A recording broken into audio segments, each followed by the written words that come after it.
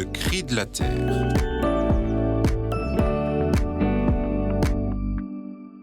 Dernièrement, sur un réseau social, une photo d'un nid de courlis cendré, composé d'une petite cuvette d'herbe sèche au milieu d'un pré, m'a valu cette remarque.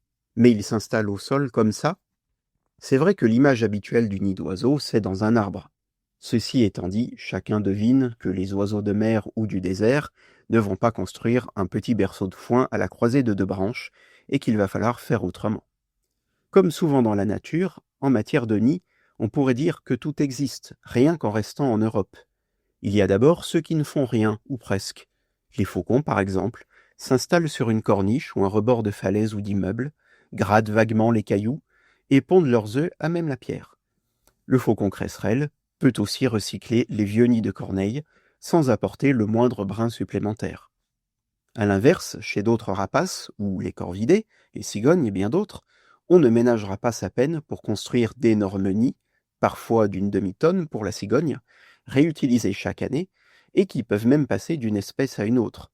Des nids que l'homme a intérêt à repérer, afin de préserver l'arbre concerné, et favoriser la tâche de la cigogne noire, l'aigle botté ou la bondrée, résidente du logement.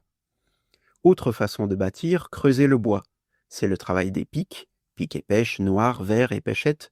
Chacun se creuse une loge qui, d'ailleurs, sera souvent utilisée l'année suivante par des mésanges, des citelles, des chouettes ou des chauves-souris.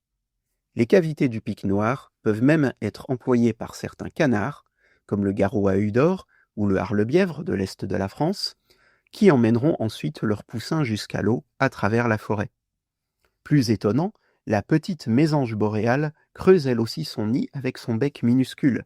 Elle choisit pour cela du bois mort ou pourrissant. N'oublions pas les terriers, le martin pêcheur, l'hirondelle de rivage, mais aussi le macareux moine des côtes bretonnes, creusent un terrier dans la terre meuble pour abriter leurs nichés. Quant aux nicheurs au sol, ils sont nombreux. Alouettes, perdrix, busards, sans oublier les mouettes, les sternes, les gravelots, au bord de l'eau douce ou salée. Ces nids sont particulièrement vulnérables, et les protecteurs de la nature doivent chaque année consacrer de longues heures à repérer et protéger ceux des espèces les plus rares. Prudence donc, notamment sur les plages, en cette période des ponts de mai.